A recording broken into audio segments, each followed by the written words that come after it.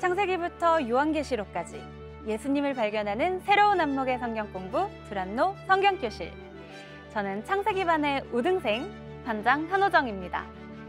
오늘도 창세기반의 새로운 다크호스죠. 유하경 자매님과 이영원 형제님 함께 해주셨는데요. 반갑습니다. 안녕하세요. 반갑습니다. 이번에는 창세기 선생님을 소개합니다. 아무리 큰 산도 믿음으로 무너뜨릴 수 있도록 우리의 영적인 키를 쑥쑥 키워주고 계신 최병락 목사님.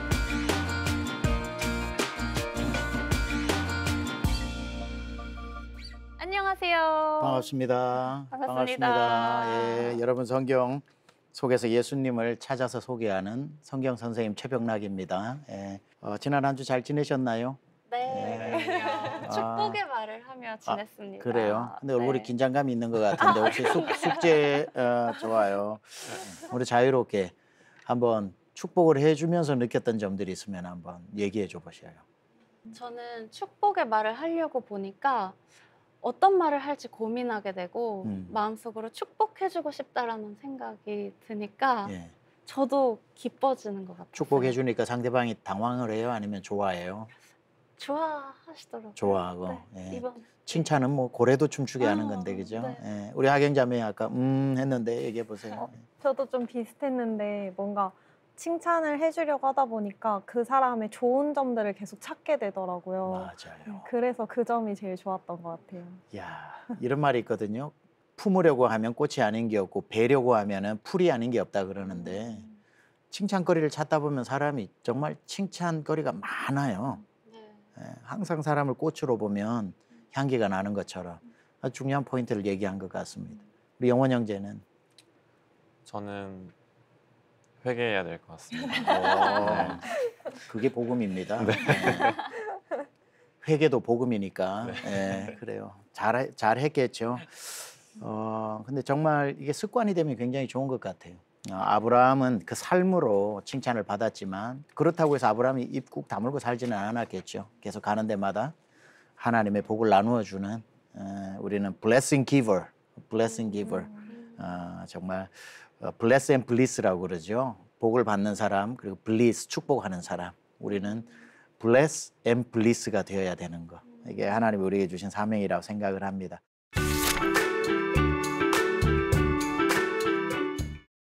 오늘 제일 주제는 언약 체결과 의로 여김 이런 제목 가지고 한번 전체 13장, 14장, 15장을 여러분하고 한번 살펴보려고 합니다. 13장을 읽어보면 거기에 무슨 이야기가 나오냐면 이제 지난주에 애굽으로 내려갔잖아요. 네. 애굽으로 내려가서 사례를 빼앗겼다가 하나님이 개입하셔서 오히려 많은 재물을 얻게 되면서 거부가 되게 되죠.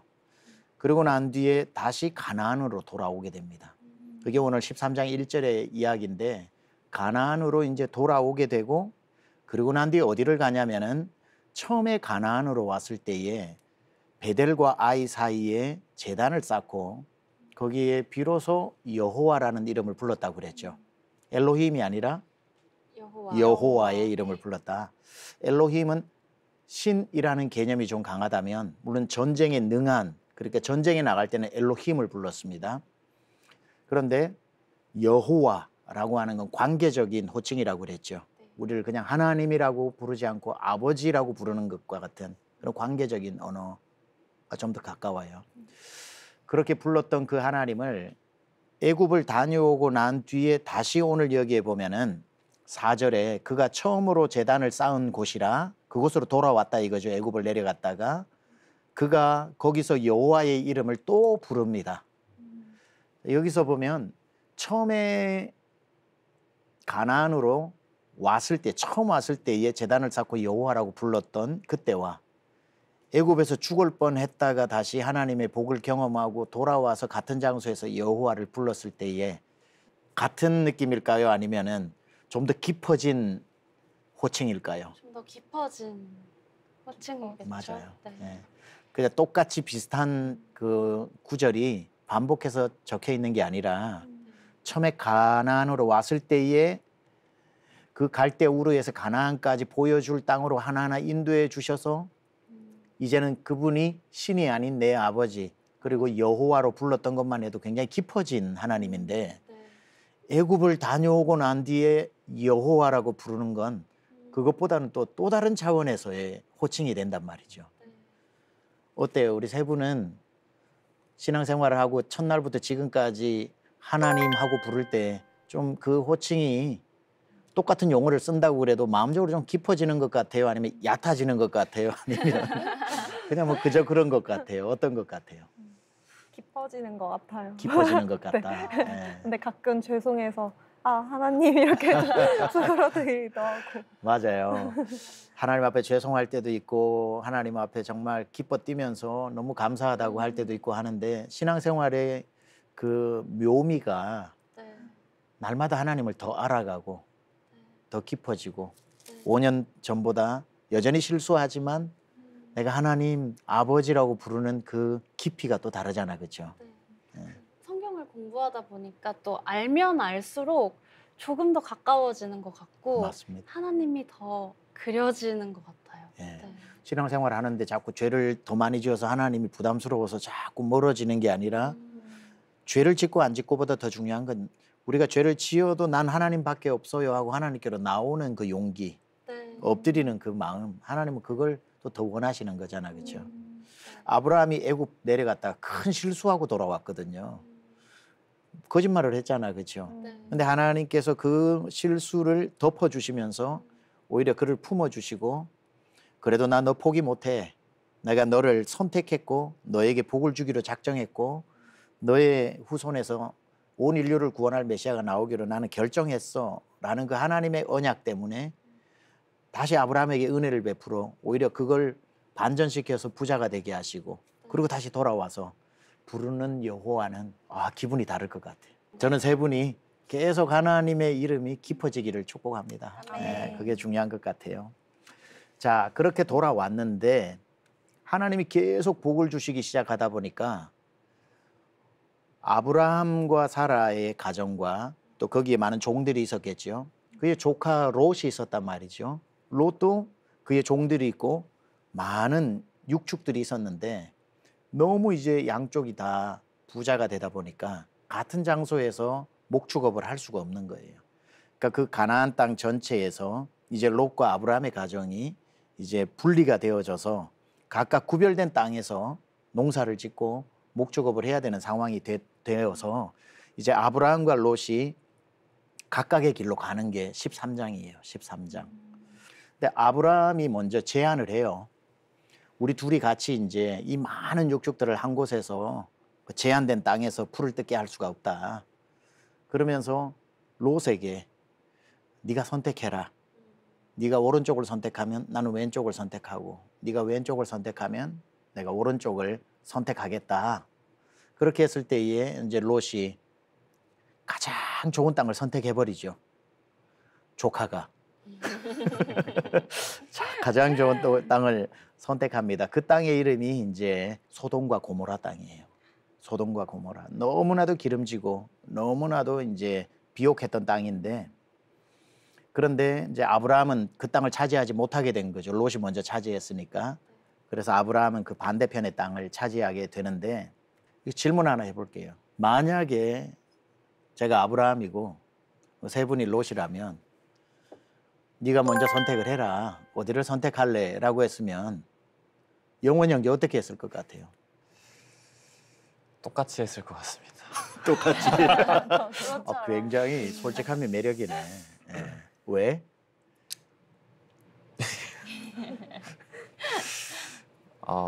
정정해도 될까요? 네. 그렇게 하지 않았을 것 같습니다. 알았을 것 같다. 예. 방금 회개도 빨리 하네요. 네. 하경자매 어떻게 했을 것 같아요? 저는 선택하고 싶지 않아서 마음속으로는 좋은 땅 갖고 싶은데 약간 그래도 먼저 선택하세요 이렇게 했을 것 같아요. 먼저 했을 것 같다. 네.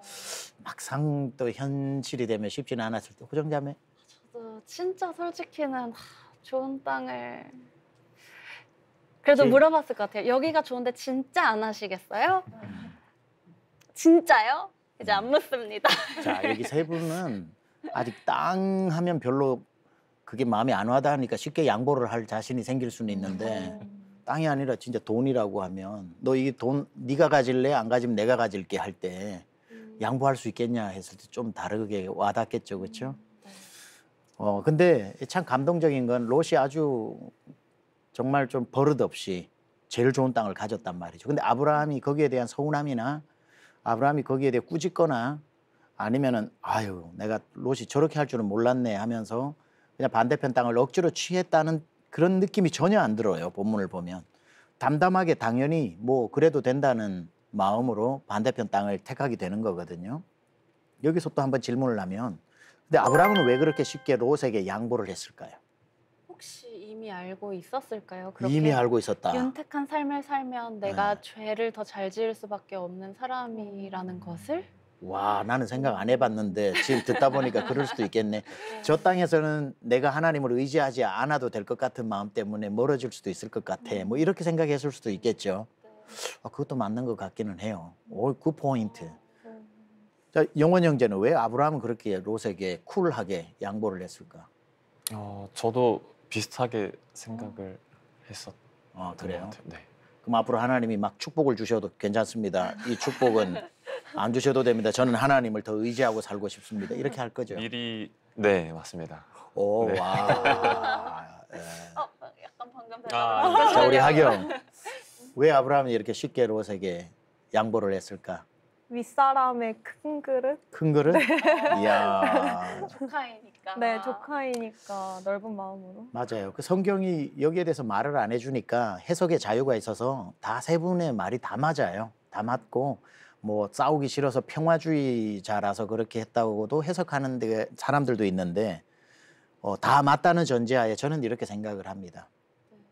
그게 아브라함의 믿음이다 이렇게 생각해요. 우리는 아브라함의 믿음의 조상이니까 아브라함의 믿음이 굉장히 독특하고 탁월하고 처음 하나님을 만나는데 이게 믿음이 계속 자손들에게 누적되어져서 전해진다면 그들은 부모의 믿음까지 합해져서 더 믿음이 좋을 수 있는데 아브라함은 하나님이 어떤 분인지도 모르고 시작을 했기 때문에 상당히 깊어질 수 없는데도 불구하고 굉장히 하나님을 보여줄 땅임에도 불구하고 따라가는 그런 믿음의 독특성을 가지고 있거든요. 독특해요.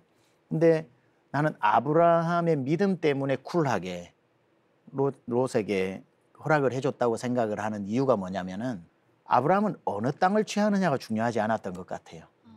그죠? 네. 하나님이 함께 하시는 땅이 제일 좋은 땅이다. 지난주에 우리가 얘기 나눴던 거하고 아브라함의 믿음이 그런 믿음이었던 것 같아요. 내가 아무리 척박한 땅을 내가 선택한다고 그래도 하나님이 나와 함께 하시는 땅이 가장 좋은 땅이다. 아마 이 믿음 때문에 롯이 더 좋은 걸 가졌는지 안 좋은 걸 가졌는지 물론 자기보다 어리니까 더 좋은 걸 가져야 또 일어설 수 있겠다고 하는 그런 하경자매처럼 큰 뜻을 가지고 양보했을 수도 물론 있겠지만 아브라함의 믿음의 입장에서 좀 주목을 해보면 저는 이렇게 표현하고 싶어요. 13장 전체를 봤을 때 눈에 좋아 보이는 것이 좋은 것이 아니라 하나님이 함께 하시는 것이 가장 좋은 것이다. 아멘. 결국은 소돔과 고모라가 나중에 멸망을 하게 될 때 왜 멸망하게 되죠? 하나님이 안 계셔서 그렇거든요. 그들이 하나님을 마음에 두기 싫어했잖아요. 아까 우리 영원 형제하고 호정 자매가 이야기했던 것처럼 결국 그 땅의 윤택함이 그들을 하나님이 필요 없게 만들었고 그냥 씨앗만 그냥 던져 놓아도 자라는 그게 하나님 앞에 엎드리지 않게 만드는 이유가 되었고 그래서 저는 성경 안에서 고난과 형통 중에 뭐가 더 무서울까? 고난과 형통 중에 어느 게 더 하나님과 빨리 멀어지게 만들까? 저는 그게 형통이라고 보거든요. 성경에서 가장 복을 많이 받은 사람이 솔로몬입니다. 근데 솔로몬은 그 부귀 영화 때문에 하나님과 멀어져요. 말년에. 근데 욥은 오히려 가장 많은 부귀 영화를 다 잃어버리고 난 뒤에 더 가까워지거든요. 고통 뒤에 그가 뭐라고 얘기하냐면 내가 전에는 죽게 대하여 귀로 듣기만 했는데 이 고통을 지나고 이제는 눈으로 주를 뵌다고 그러거든요. 그래서 C.S. 루이스의 책에 보면 스크류 테이프의 편지가 있어요. 거기에 스크류 테이프라고 하는 이 사탄 삼촌이 조카인 웜우드에게 어떻게 기독교 환자들이 그 신앙을 버리게 만드는가 비법을 알려주는 책이에요. 아주 우화적으로 이렇게 만든 거죠. 네. 거기에 스크류테이프가 조카 워모드에게 하는 말이 있어요. 너는 저 환자들이 자기들이 믿는 신과 멀어지게 만들기 위해서 절대로 고난은 주지 마라. 저 환자들은 고난이 올수록 더 붙든단 말이야. 제일 효과적인 건 형통을 주라고 얘기를 해요. 저는 그게 굉장히 의미가 있다고 생각을 하고, 그게 소돔과 고모라가 롯과 형통 때문에 무너진 땅, 오히려 아브라함이 선택했던 척박한 땅에서 오히려 하나님을 더 의지하게 되어 그의 믿음 때문에 구원을 받게 되는 것. 그렇게 따질 것 같으면 세상은 소돔과 고모라를 얻으려고 하지만 우리는 어디에 하나님이 계신가를 보는 것. 하나님이 함께 하시는 곳이 가장 복된 곳이다. 14장에 가면요, 그 소돔과 고모라의 그 주변에 있던 나라의 임금들, 네 나라의 임금들이 연합을 해서 소돔과 고모라를 쳐들어가서 많은 사람들을 다 잡아가게 됩니다. 그 중에 롯도 붙잡혀가게 됩니다. 거기에 아브라함이 이제 소식을 듣고 자기 조카가 전쟁에서 붙잡혀가고 그 재산들도 다 빼앗겼다는 소식을 듣고 318명의 자기 집에서 기르던 군사를 데리고 가서 데리고 옵니다. 야, 놀라워요. 아브라함과 그 군사가 그 4명의 나라의 연합군인 왕들의 그 군대와 싸워서 자기 조카를 데리고 온단 말이죠. 그 이야기가 이제 14장에 나오는데, 그렇게 오던 길에 갑자기 누군가가 등장을 해요. 누가 등장을 하게 되냐면은 18절에 보면은, 14장 18절에 보면 살렘 왕 멜기세덱이라는 사람을 만나게 됩니다.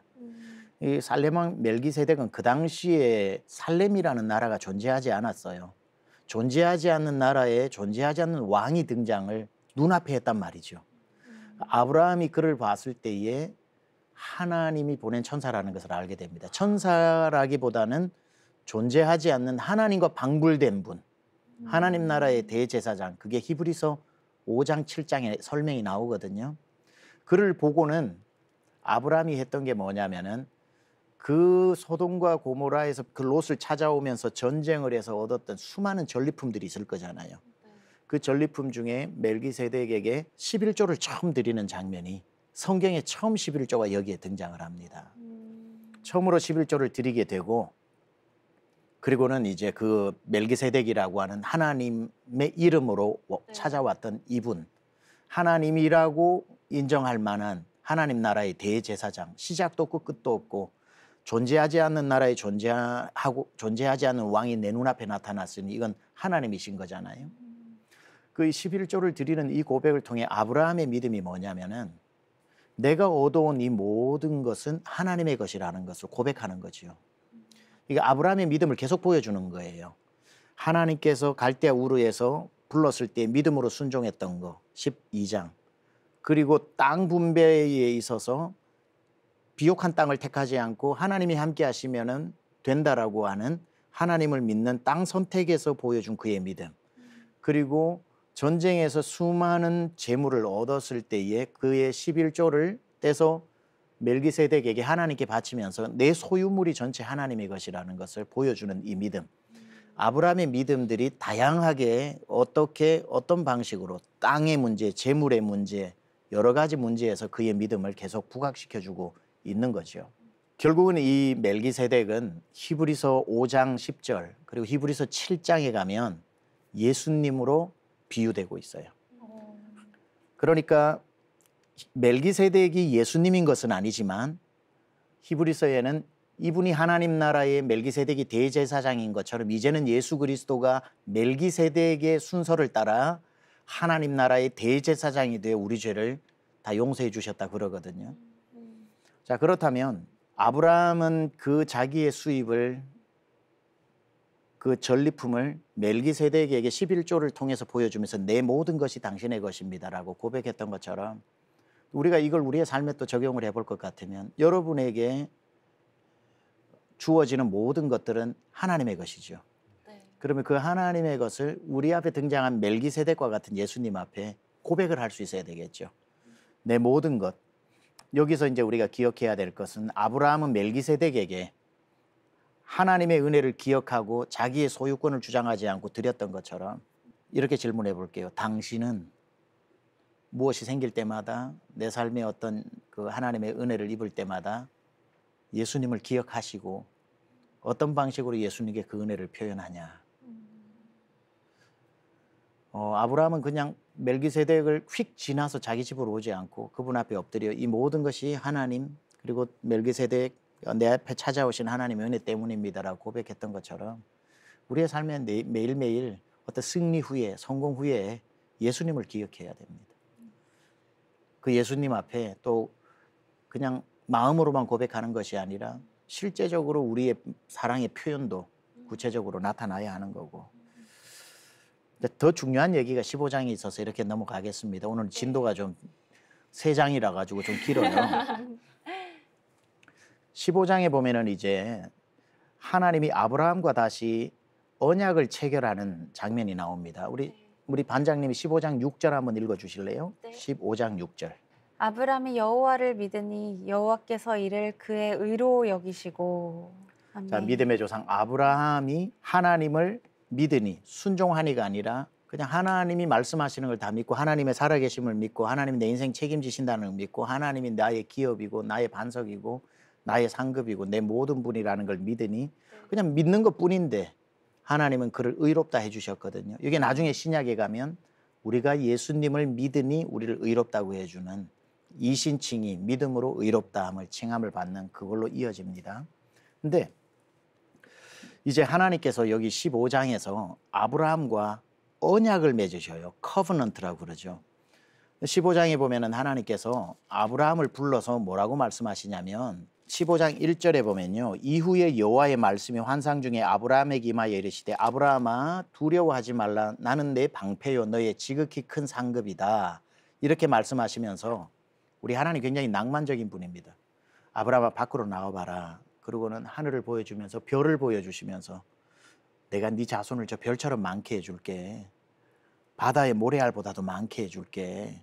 그렇게 말씀을 하니까 아브라함이 나는 지금 애가 한 명도 없는데 어떻게 내 자손이 저렇게 생깁니까? 하니까 하나님께서 내가 반드시 그 일을 이루겠다. 네가 하는 게 아니라 내가 너를 통해서 하는 거다. 자, 내가 반드시 오늘 너의 조상 후손을 하늘의 별처럼 많게 하겠다는 것을 어떻게 이루는지 오늘 너와 내가 언약식을 체결하겠다 하면서 15장에 언약식이 나오는데 뭐라고 말하냐면은 너는 여기 3년 된 암염소 그리고 양 그리고 숫양을 데리고 오고 비둘기와 그 재물을 가지고 오라고 그래요. 그러고 난 뒤에 그 소와 양 비둘기를 제외하고 그걸 절반으로 자릅니다. 절반으로 자른 다음에 그 저녁이 되었을 때에 하나님의 불이 나타나서 그 쪼갠 고기 사이로 지나가요. 자, 이게 왜 중요하냐면 하나님과 아브라함이 언약을 맺을 때 보통 약속은 50대 50으로 하는 거잖아요. 네가 이렇게 지키면 내가 이렇게 해줄게. 근데 하나님이 아브라함에게 하는 건 50대 50이 아니라 100대 0으로 하셔요. 자, 이 아브라함 오늘 본문의 시대 때에 내가 영원 형제하고 나하고 무슨 중요한 계약을 밭을 사거나 뭘 하거나 계약을 할 때 계약 맺는 방식이 우리 지금은 도장을 찍는 건데 그 당시는 짐승을 가지고 와서 짐승을 쪼개놔요. 짐승을 쪼개고 난 뒤에 영원 형제가 한번 이쪽으로 지나가고 그 다음에 내가 이쪽으로 지나가면 우리 둘이가 계약이 되는 겁니다. 그 의미가 뭐냐면 누구든지 간에 너나 나중에 한 명이라도 약속을 안 어기면 이렇게 쪼갠 고기처럼 한 명은 죽어야 한다. 이 뜻이에요. 그러니까 쪼갠 고기 사이로 지나가면서 나는 죽을지라도 지키겠다. 죽을지라도 지키겠다. 이게 언약 체결식이에요. 오늘 15장에 보면 하나님이 아브라함에게 내가 너에게 복을 주겠다. 하늘의 별처럼 많도록 너의 자손이 많아지고 내가 너에게서 세상을 구원할 메시아가 오게 하는 걸 반드시 이루겠다. 그리고는 짐승을 가지고 오라 그래서 쪼개놓으라 그래요. 그러면은 하나님이 아브라함 너 지나가. 너가 나를 못 믿으면 너는 죽는 거야. 그리고 내가 지나가고 나도 반드시 지킬 거야 하지 않고 아브라함은 거기 세워놓고 하나님이 불로 나타나셔서 쪼갠고기 사이로 하나님이 지나가셔요. 되게 감동이죠. 이건 겁니다. 내가 반드시 지킨다. 너 보고 지키라는 게 아니라 이 약속은 내가 지킨다. 이게 하나님의 언약 체결식이에요. 쪼갠고기 사이로 지나가는 거. 이게 17장에 15장 17장에 나오는 것. 그러니까 우리 하나님이 우리를 선택하시고 우리를 구원하시고 우리를 천국까지 이끌어 가시는 이 모든 게 우리가 하는 게 하나도 없어요. 근데 하나님 우리에게 기회를 주셔서 우리가 하는 것처럼 보이도록 해주는 배려는 있지만 하나님이 다 하시는 거잖아요. 십자가 위에 예수님이 쪼갠고기처럼 달리셨고 그 십자가 위에서 예수님이 제물이 되시고 그리고 예수님이 직접 다 구원을 성취하시고 그리고는 우리는 아무것도 안 했는데 우리에게 구원이라는 선물을 주신 것이 창세기 15장에 나오는 아브라함과 쪼갠고기 사이의 언약하고 십자가 위에 예수님이 쪼갠고기처럼 달리신 것하고 똑같은 의미를 가지고 있는 감동적인 거죠. 정말 너무 감동인 것 같아요. 큰 사랑을 주심이. 맞아요. 네. 모르고 읽으면 그냥 15장 지나가는데 알고 보면 눈물 나게 감사한 얘기죠. 그 쪼갠고기 언약 들어보니까 기분이 어때요? 너무 감사한 마음밖에 안 드는 것 같아요. 네. 더 잘해야겠다. 아버지한테 잘해야겠다. 맞아요. 네. 우리 하나님은 왜 아브라함을 너무 그냥 일방적으로 사랑하시는 것 같지 않아요? 네. 네. 하나님께 뭘 대단히 한 게 없잖아요. 그러니까 그게 은혜인 거죠. 그래서 신학자 칼빈이 이런 말을 합니다. 믿음은 아브라함의 믿음 포함 우리의 믿음은 공로가 아니라 은혜를 받아들이는 손이다 이렇게 말을 하거든요. 참 멋진 표현인 것 같아요. 그러니까 우리가 구원을 얻기 위해서 우리의 믿음이 무슨 이렇게 저렇게 행위를 해가지고 따내는 게 아니라 믿음으로 구원을 받았다고 했던 건 하나님이 다 우리에게 주시는 걸 고맙습니다 하고 받는 손이 믿음인 거예요. 그냥 우리가 하는 일은 없는 것 같아요. 오늘 우리가 살펴본 13장에는 아브라함과 롯이 이렇게 이제 어떻게 나뉘어지게 되었는가, 하나님이 얼마나 아브라함과 롯에게 복을 주셨는가, 그럼에도 불구하고 아브라함이 척박한 땅을 아무렇지도 않게 기쁘게 받았던 것은 어느 땅이냐가 아니라 하나님이 어디에 계시는가, 하나님이 나와 함께 하시는 곳이면 그 어디나 하늘나라, 그렇죠? 아멘. 네. 내 주 예수 모신 곳이 그 어디나 하늘나라. 그래서 아브라함의 어떤 믿음을 이런 결정을 통해서 또 우리가 한번 보게 되는 것 같고, 그리고 14장에서는 롯을 구출해 오는 상황에서 하나님의 제사장 멜기세덱을 만나면서 자기의 모든 전리품의 상징인 10분의 1을 드리면서 내 모든 소유가 하나님 때문이고 이 전쟁에서 이기는 것도 318명과 내 전쟁 기술이 아니라 하나님이 이 전쟁에서 이기게 하셨다는 것을 그 11조를 통해서 표현한 거죠. 그러니까 우리가 드리는 이 11조라고 하는 거는 10분의 9는 내 거고 10분의 1은 하나님 거, 이게 아니라 10분의 10이 다 하나님 거라는 걸 10분의 1을 가지고 표현하는 거잖아요. 사실은 성경에 모든 재물이 하나님의 것이면서 동시에 재물 얻을 능력도 하나님이 주셨다고 그랬으니까 호정자매, 영원형제, 학영자매가 숨쉬고 사는 것도 하나님이 주신 공기 때문에 사는 거잖아요. 그렇죠? 네. 그러니까 우리는 매일매일 하나님의 은혜를 잊어버리면 안 될 것 같아요. 제일 중요한 구속사에서 15장은 바로 예수님이 선명하게 보이는 겁니다. 아브라함에게 복을 주겠다. 너를 통해서 열방이 복을 누리게 하겠다. 지금 너에게 아들 한 명도 없지만 반드시 내가 하늘의 별처럼 네 자손을 많게 하겠다. 너는 너 보고 그걸 하라는 게 아니라 내가 지금 너에게 불러준 이 모든 약속들을 내가 성취하겠다. 그리고는 고기를 가지고 와서 쪼개고 아브라함을 지나가게 하지 않고 너는 가만히 있어. 내가 지나갈게 하고 지나가시면서 내가 이 약속을 안 지키면 나는 둘로 쪼개줘도 좋다라고 하는 언약을 직접 하나님이 체결하시는 것.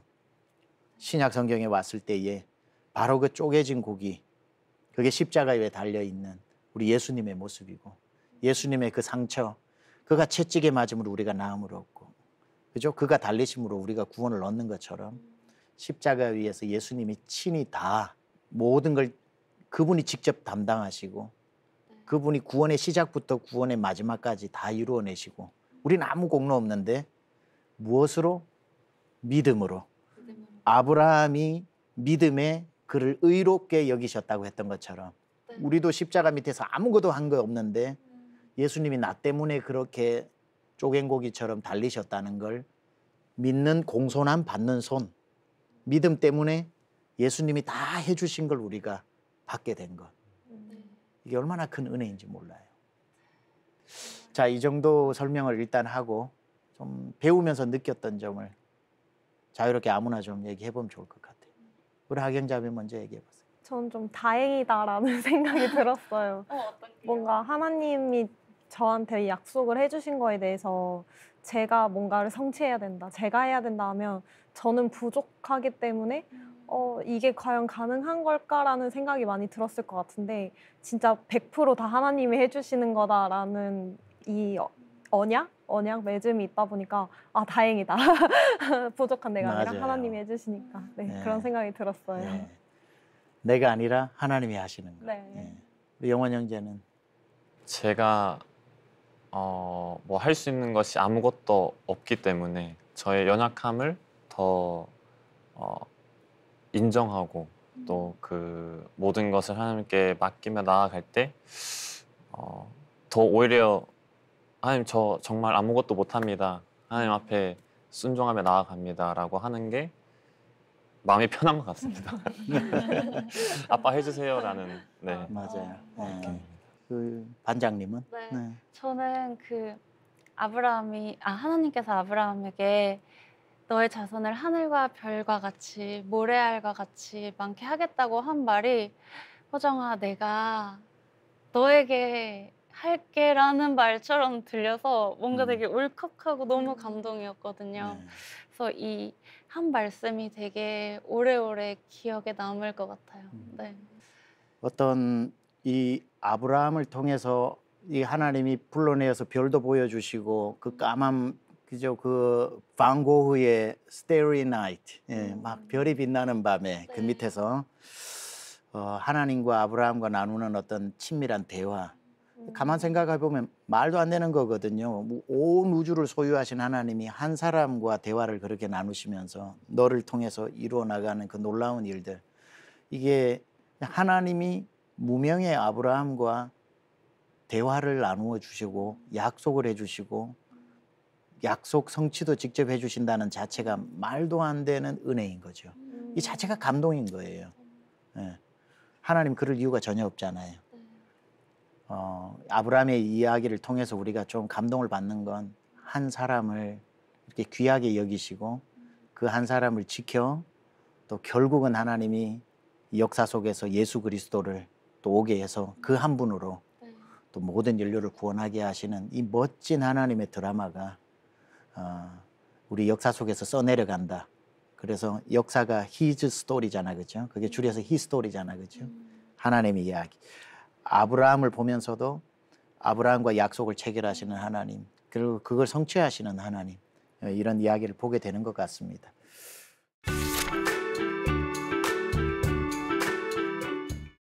자, 오늘은 이렇게 13장, 14장, 15장을 통해서 우리 아브라함을 통해 역사하시는 하나님의 이야기를 살펴봤습니다. 이제 우리 질문 좀 받아볼게요. 궁금했거나 아니면 뭐든지 좋아요. 그 아브라함은 믿음으로 인해 의롭다라고 말을 했는데 때로는 저희의 믿음이 흔들릴 때도 있잖아요.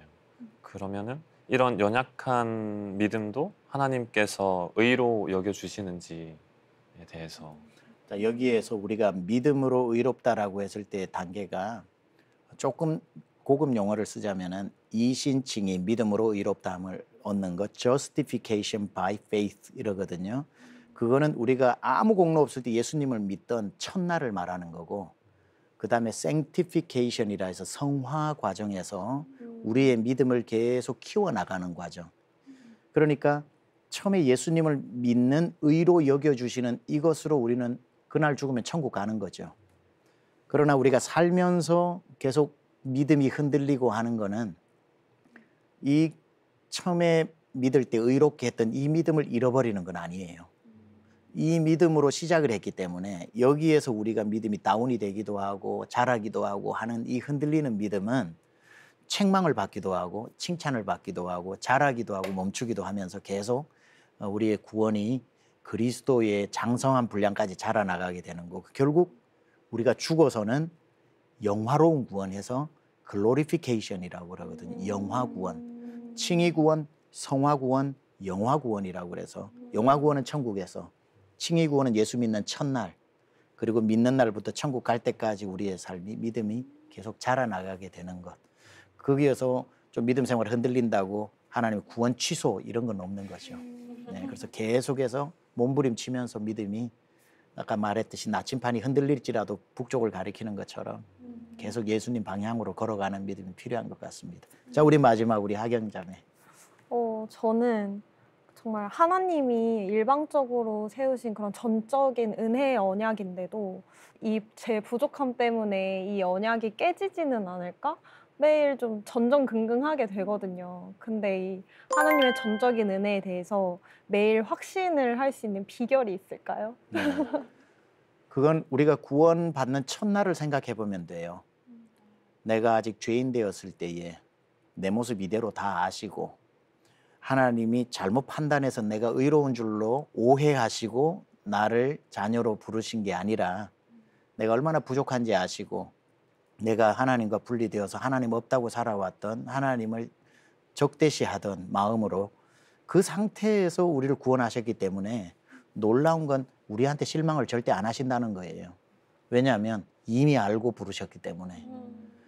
그래서 우리가 하나님 앞에 의롭고 거룩하면 칭찬을 해주시는 거지, 우리가 죄 짓고 뭐 한다고 실망을 하지는 않아요. 난 그럴 줄 몰랐다 이런 건 없어요. 하나님은 우리를 다 아시기 때문에. 따라서 이 모습 이대로 하나님 앞에 실망시켜드리면 어떡할까, 이런 건 참 좋은 자세이긴 하지만 그것 때문에 하나님 앞에 죄송해서 믿음을 잃어버리는 사람, 떠나버리는 사람도 많거든요. 그럴 필요 없어요. F학점 받아도 문 박차고 엄마 밥 줘 하고 들어오는 게 자녀의 권세이기 때문에 우리 좀 부족해도 하나님 앞에 계속, 왜냐하면 그분이 나를 알고 부르셨다. 내가 얼마나 부족한지 알고 부르셨다. 이걸 계속 생각하면 하나님 앞에 죄송해도 하나님 안으로 더 가까이 가게 되는 또 비결이 되는 것 같아요. 자, 오늘 13장, 14장, 15장을 통해서 또 아브라함을 끝까지 붙잡고 지켜주시는 하나님을 우리가 살펴봤습니다. 오늘 강의 여기까지 하도록 하겠습니다. 네, 예. 감사합니다, 목사님. 이번 창세기 말씀을 들으면서 내 노력보다 정말 100% 하나님께서 선물로 주신 약속, 그게 너무 감동으로 다가왔고요.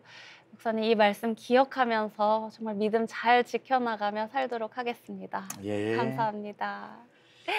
오늘 말씀 요약해 볼까요?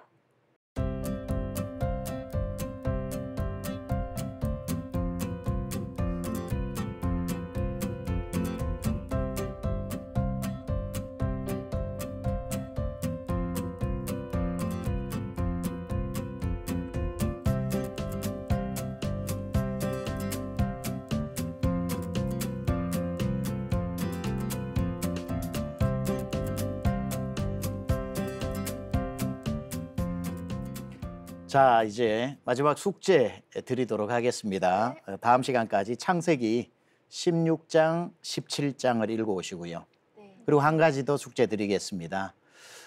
멜기세덱과 예수님이 어떻게 연결되는지 좀 더 집에 가서 공부를 해보시라고 네. 히브리서 5장과 7장도 읽는 거 이렇게 숙제 내드리도록 하겠습니다.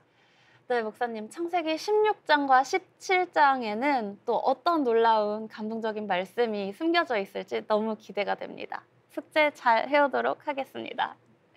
오늘도 귀한 말씀 감사합니다. 감사합니다. 창세기부터 요한계시록까지 예수님을 발견하는 새로운 안목의 성경 공부 두란노 성경교실. 다음 수업도 기대하는 마음으로 꼭 출석해 주세요. 다음 시간에 만나요.